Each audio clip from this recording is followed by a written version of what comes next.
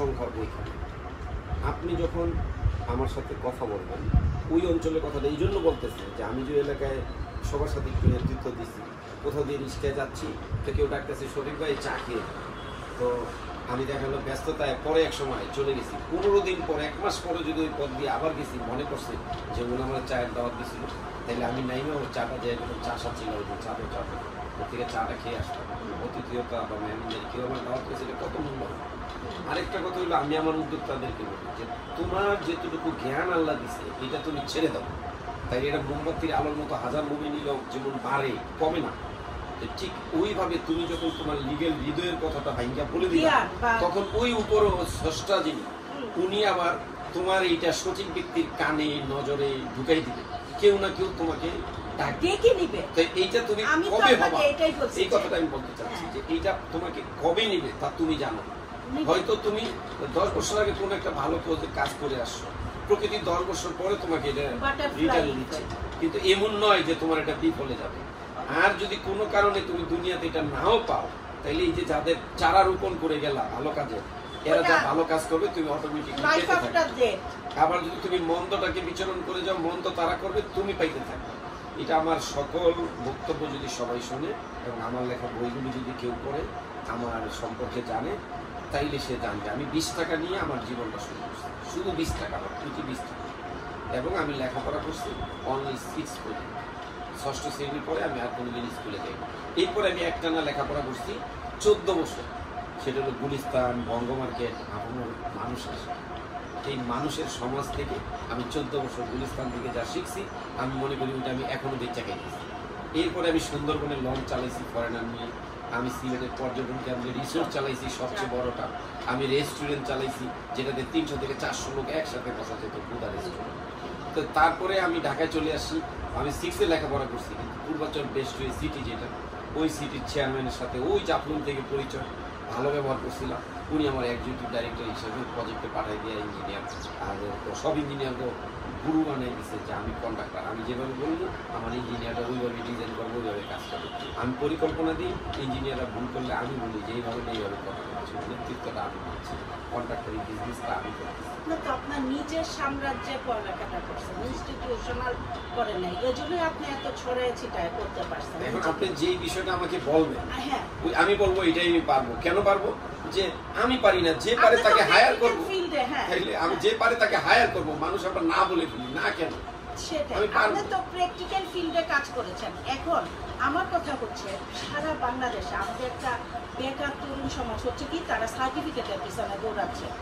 তো সার্টিফিকেটের পিছনে তুই পয়সা কামায় দৌড়া, তুই এখানে আরেকটা কথা বলি আপনাকে, সবচেয়ে বেশি যেটা নারী পুরুষরা ভুল করে সেই ভুলটা হলো আমার কোয়ালিটি এবিলিটি আছে ধরেন 1 লক্ষ টাকা, যে আমি একটা বিজনেস করতে পারবো 1 লক্ষ টাকা মূল্যে, কিন্তু আমি ট্রেনিং নিচ্ছি 5টা যেটা দিয়ে 1 কোটি টাকা লাগবে পুঁজি, 5টা ট্রেনিং এর যে কাজ শিখছি এটা স্ট্রাগল করতে 1 কোটি টাকা লাগবে, কিন্তু আছে 1 লাখ।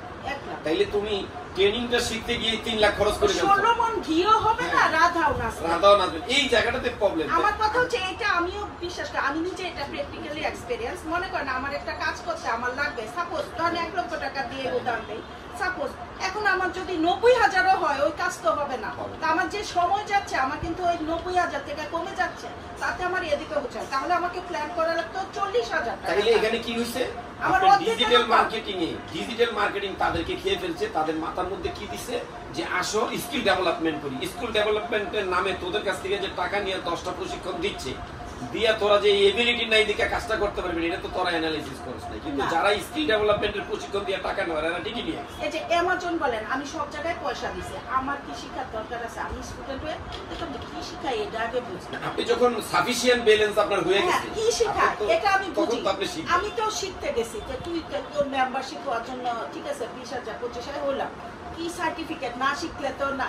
পরে দেখলাম এ তো অ্যামাজন তো আমার জন্য না, অনেক আজাইদারকের জন্য, এগুলি করে কি লাভ, এগুলি করে কয় টাকা আসবে? আমি তো দেখলাম এগুলি তো আসলে কোনো লাভ হচ্ছে না, কিছু সময় টাকা দিচ্ছে 100 জনের মধ্যে একজনকে দিচ্ছে, এটা একটা মেকানিজম। আমি তো বুঝলাম, গবেষণা করলাম, করে এই যে বললেন না ডিজিটাল মার্কেটিং, এই ডিজিটাল মার্কেটিং এর নামে বাংলাদেশে আরো বেকার তৈরি হয়েছে, আর যারা পারছে তারা অনেক পারছে, কিন্তু তারা একজনকে শিখাচ্ছে না, তারা ওই যে শুধু গেম খেলে মানুষকে ইউজ করে। হ্যাঁ হ্যাঁ শিখাচ্ছে না। তো আমরা হচ্ছে কি ডিজিটাল, তো অবশ্যই ডিজিটাল হচ্ছে কমিউনিকেশন মিডিয়া। আমার প্রজেক্টটা তোমার কমিউনিকেশন না করে, এই যে আপনি পৃথিবীর যেই মাথায় থাকুক, আমি এই যে বিস্কিট বানাইছি, এই বিস্কিটটার দাম এত, আমি এটা মার্কেটিং করবো, আপনি একটু ইনভেস্ট করবেন, বা আপনি আপনার এলাকা ওই রেসিপি নিয়ে বিস্কিট বানান। এখন আমি আবার যেটা করতেছি এটা ছাড়া আমার যে এখন আপনি যেটা বললেন আইডিয়া চুরি হয়, এখন আমি যা চাচ্ছি যে আমার কোম্পানিকে ক্রিয়েট করি, বাংলাদেশের 200 থেকে 500টা পণ্য বাজারে আসবে, যে আপনার ঘরে আর অন্য কোথাও থেকে কিছু কিনতে হবে না, এই কোম্পানি থেকে আপনার ঘরে প্যাকেট চলে আসবে কি কি লাগে।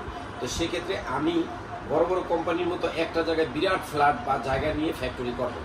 একজন ক্ষুদ্র উদ্যোক্তা, তার এবিলিটি আছে 2টা বিষয় নিয়ে কাজ করা, তাকে 2টা পণ্য দিয়ে দিবে, ওই 2টা পণ্য সে রং করে হলুদ মরিচ প্যাকেট করে পাঠাবে, আবার আরেক এলাকা থেকে সে গিয়ে পাঠাবে।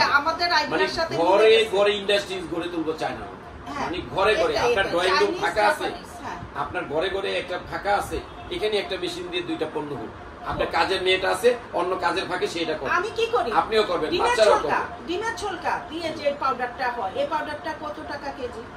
শুধু ডিম, তা আমাদের বাসা সবাই তো সপ্তাহে কতগুলি ডিম খাওয়া হচ্ছে।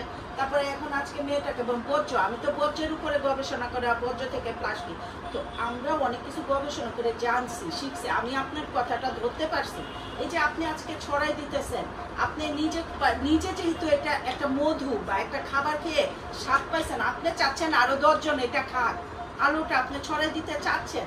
তো যেই মিডিয়ায় আপনি ছড়াই দিতে চাচ্ছেন ওই মিডিয়ায় তো দিবেনই, প্লাস হচ্ছে এখন প্র্যাকটিক্যালি যাইতে হবে। এই প্র্যাকটিক্যালি যাওয়ার জন্য আমি সবাইকে অতটা থ্রেড মানে প্রেসার করতেছি যে এখনই ট্রেড লাইসেন্স নাই আজকেই করো, কালকের আশায় থাকো না, সার্টিফিকেটটা এখন নাই এখনই করো, মানে অন্তত তুমি ভেরিফাই করতে পারো যে আমি একজন উদ্যোক্তা, সেই জিনিসটা এক।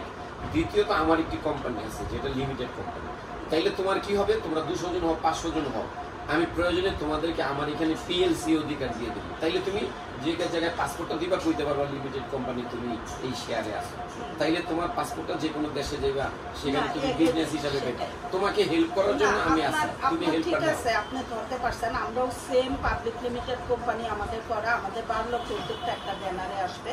তো যাই হোক, আপনার আইডিয়াগুলি আপনি, এটা তো এখন আরেকজনকে এসে বললে সে নতুন থেকে আমার একটা প্রজেক্ট শুনবে, শুনে তার একটা আইডিয়া বানে সে আবার চলে যাবে। এখন আমার কথা হচ্ছে ওয়ার্ল্ড ব্যাংক আমাদেরকে আমরা নক করছি, ওরাও নক করছে। আমি হচ্ছে ওয়ার্ল্ড ব্যাংকের ইয়েতে কাজ করি, এলজিসিআরটি, মানে লোকাল গভর্নমেন্টের যে বিল্ডিং কনস্ট্রাকশন ডিজাইন কনসালটেন্সি করতেছি, প্লাস বিভিন্ন রকম কাজে কনসালটেন্ট। এর মধ্যে ওয়ার্ল্ড ব্যাংকের একটা বড় ফান্ডিংয়ে আসবে এখন ইউনুসের আন্ডারে কর্মসংস্থান। তো কর্মসংস্থানও আসতে পারে। আমি আবার আসিফ সার্জিস এদের সাথে ওই যে শপথের দিন কথা বলছি, আমার একটা ইউটিউব ভিডিও আছে এই কথাগুলি যে বলছিলাম। ইউটিউব চ্যানেলটা মনে আমার পারলাম না, ওই ইউটিউব চ্যানেলটার মধ্যে আমি সব